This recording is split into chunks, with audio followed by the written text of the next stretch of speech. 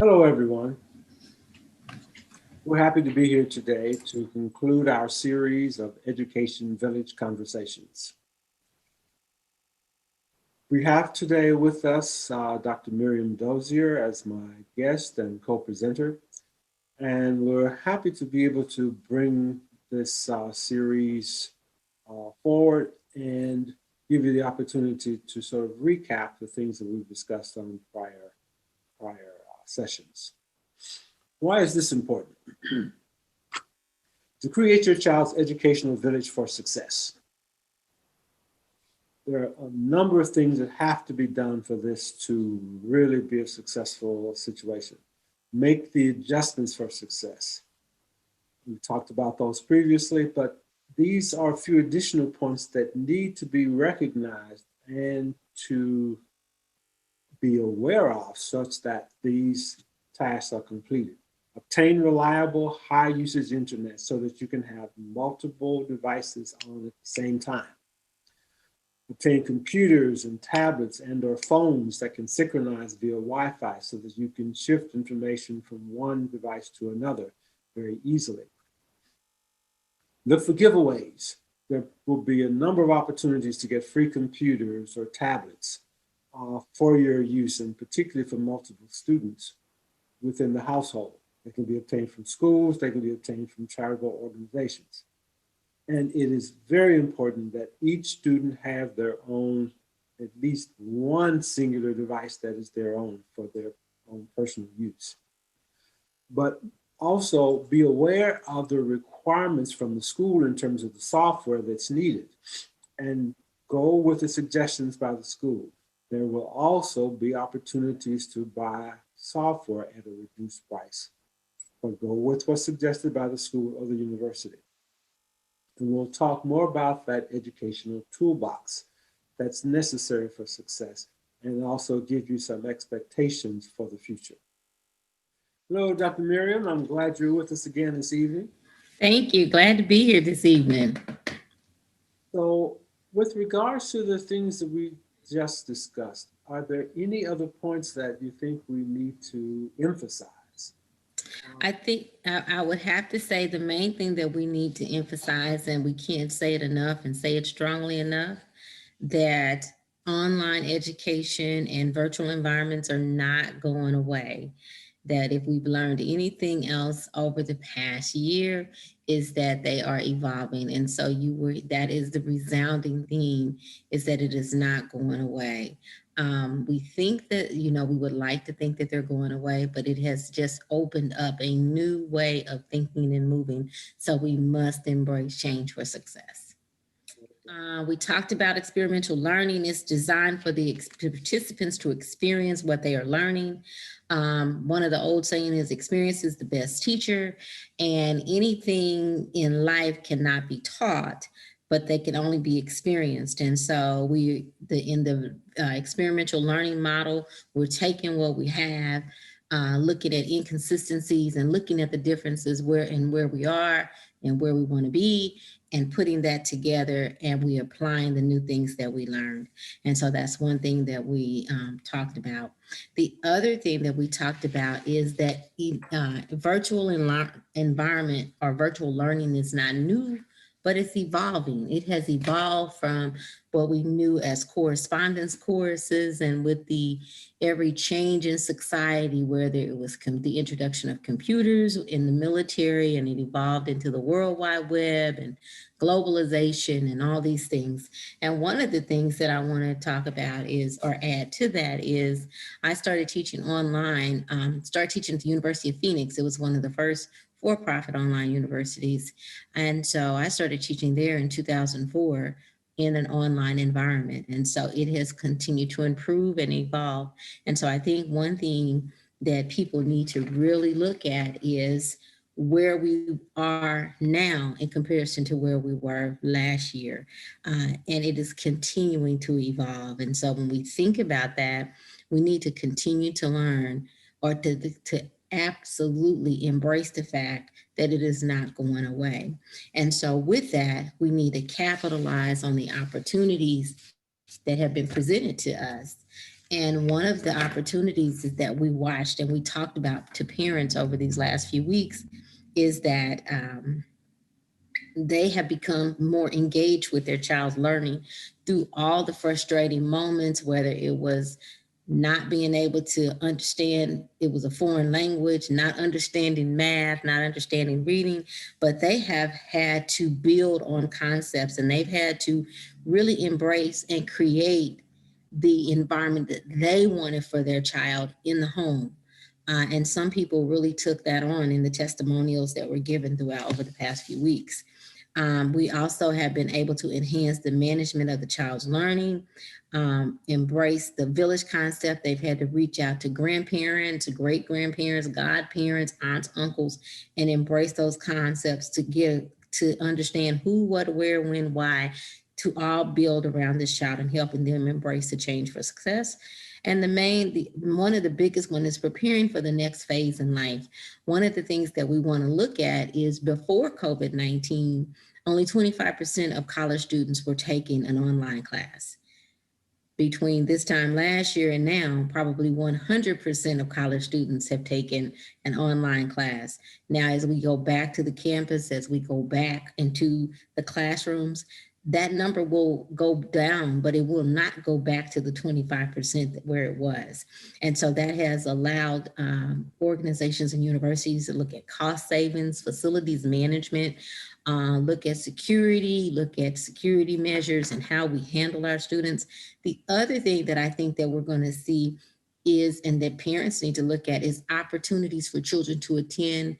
Their offering of opportunities can be expanded, because now I can still stay at home, but I can still go to any school across this country. And so when we look at that, opportunity after opportunity has been presented here. And so we must look at that, because if we embrace these opportunities and capitalize on these opportunities, we will be able to create more opportunities for success for our students. But how do we do that? One of the things that we talked about, and we watched the shift in the dynamic change, was we talked about the AAA alignment, because some people went into this with fear and with a lot of different things. I too had a student that was in this process. And so, it was new, it was very overwhelming. But one of the things that we talked about is adjusting our emotions, how we feel, our natural instincts, and adjusting our emotions and the impact of emotions on attitude. And so the attitude, our way of thinking and feeling about something, which impacted our way of dealing with the situation, which also impacted our how we handled our actions, the process of doing something to achieve a goal. So once parents were able to adjust their emotions, come down off the ceiling and look at what's my attitude toward this. And so once the parents could have a better attitude, the children could have a better attitude in the midst of chaos, which will allow us to adjust our approach and how we're looking at things, which will allow us to take care and have different actions. And so when we think of that, because that's the main thing that we talked about, is what do we need, adjustments and modifications do we need to make in order to be successful in this environment? Creating student success in the virtual learning environment is essential. One of the ways that students learn is through what's called learning styles. It can be a number of different ways that you take in information, but we'll go through them one by one. First, there's auditory. Of course, that's listening. Hearing as a means to take in information, to memorize it, such that it can be then repeated back, as in the classroom, or even in just everyday living situations. Visual.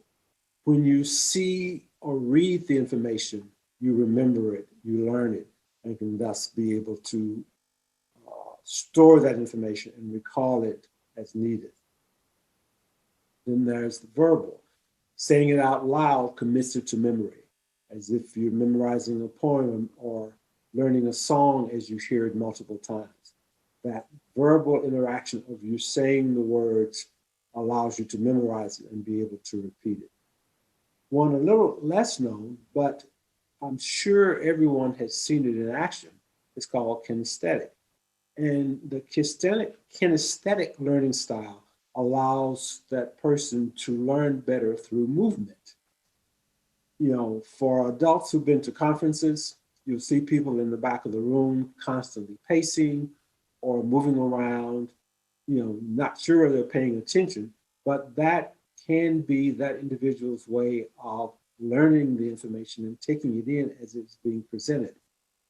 In the classroom in school, children tend to be more active, maybe bouncing their legs, and it can also be tied to just writing it down as a note. That also is considered kinesthetic in terms of a way to memorize or take in information. Intuitive is a little different. That method is it has to connect with some prior events or connect in a way that just generally makes logical sense. And if it makes sense and follows a normal progression, then that allows that individual to use that intuitive function to be able to go with the flow, so to speak, in terms of taking in new information. That it makes sense, it's logical. Emotional really means, particularly for folks with ADHD like myself, you have to be excited about it in order to be able to learn it. To keep your interest requires a certain amount of active interest and wanting to know, wanting to learn.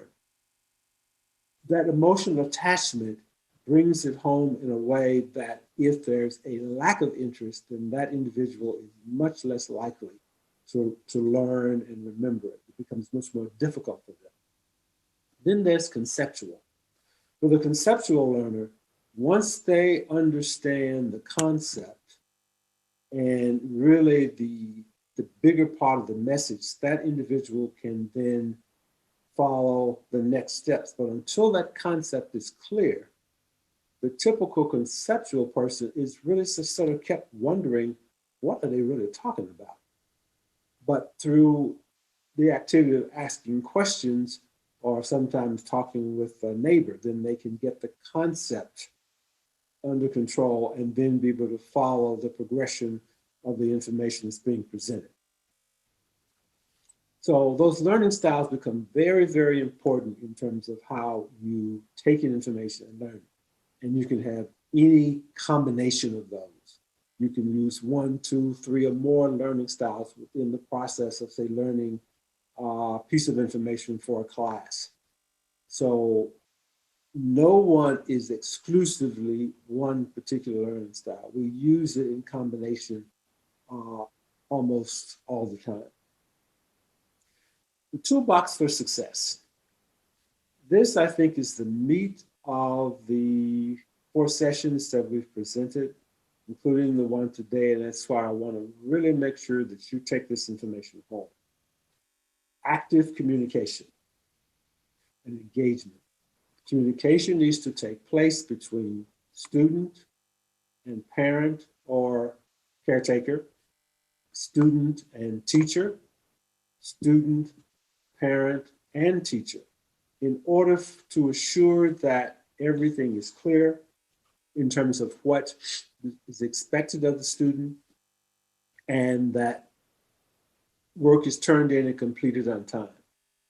But before the student is going to be efficient in getting that work done, that workplace has to be organized and should include all of the tools that the student needs, that could be electronic devices, pens, pencils, paper, or any other things that the student will need in order to complete assignments and to follow along with the instruction on the computer. But that workspace should be free from distractions as much as possible, away from other noises or conversations that are taking place in the house, and be that student's own space that they can use daily without interference of other students, such that materials don't get left, missed, or misplaced. Then there's accountability. That accountability piece is the final leg of the stool, in that The student has to be accountable to the parent. There has to be accountability between the parent and the teacher, as well as the student and the teacher. Once those accountability circles are created and are followed, then it allows the parent to increase their engagement and involvement in the role of that student's success. With that accountability, connection is extremely important to assure that things are done timely and done according to the requirements of the instructor or teacher. Any additional comments or things you'd like to bring up, Dr. Miriam? Yes. I'd like to add to the accountability piece in the skill development area of time management, self-discipline, self-control, focus, and concentration. I think those are keys to success when we're talking about in that toolbox and accountability. Students tend to think, okay, I got all day to get my things done, but we have to set parameters and guidelines as it relates to time and time management and developing good self-discipline and self-control tactics and strategies, as well as focus and concentration, because students can become easily distracted, especially being in the home environment where there's phones, there's TVs, there's TikTok videos, all of those things. And so we must make sure that we're helping them understand everything has a time and a place. In addition to all the other things you talked about in the organization and active communication and engagement aspect. The other thing I would like to add is the importance of active communication between the parent and the school. The parent must be in communication with the school. Those parent-teacher conferences still must happen. If they don't give it, ask for it. All of the things, those sessions and things are very, very important. And so we need to make sure we have that engagement with the school because that is the key. I agree wholeheartedly. And one more thing I would like to mention is executive functions. That whole combination of time management, self-discipline, self-control, and add to that reasoning and experience all go together to form executive functions. And those become very important in terms of following the trend. When a student has been with the teacher for most of the school year, say by spring, and typically most students will know before the end of that first quarter that this teacher requires this information and requires this level of detail, is very picky about the amount of assignments being turned in timely. So from your experience, you learn that these are the things that I have to do to assure that I keep Miss Ingram, Miss whoever, happy and to get a good grade out of her class. That combination is executive function. They start in the lower grades, they increase and mature and develop in middle school and continue to improve and to grow through high school and even into college. And just sort of an aside, with individuals with learning challenges, and particularly folks with ADHD, that whole maturation process is delayed. That's one of the key findings that you will see with folks with ADHD and other learning challenges is the ability to construct and put together a reasonable chain of thought based upon experience, time management, self-discipline, and control. Our YouTube channel, Enable Tables Media, is available to review the sessions that we have had prior, and you can concentrate on areas where you have specific interest or areas where you may have questions. So feel free to use it as you need and to share it with any other that you know who might be able to benefit from these sessions.